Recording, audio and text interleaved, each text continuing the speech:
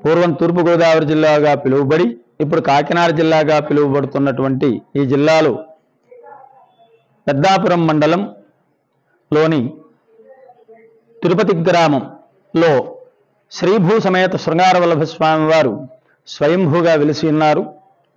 ఈ స్వామివారిలో అనేకమైనటువంటి వైశిష్యాలు విశేషాలు ఇమిడి ఉండి భక్తులందరినీ కూడా చక్కగా అనుగ్రహిస్తూ ఉన్నారు.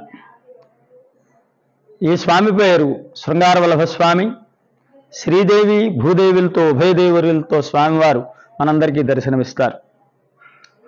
ఈ స్వామివారి యొక్క ఆలయ చరిత్ర స్థల పురాణం ఏమనగా, భాగవతంలో ద్రౌపదా వృత్తాంతము అనేటువంటి దాన్ని వ్యాసుల వారు ఉటంకించారు. ఆ ద్రౌపదా వృత్తాంతంలో కొంత భాగం ఇక్కడ జరిగింది అని ఇక్కడ విశ్వాసం.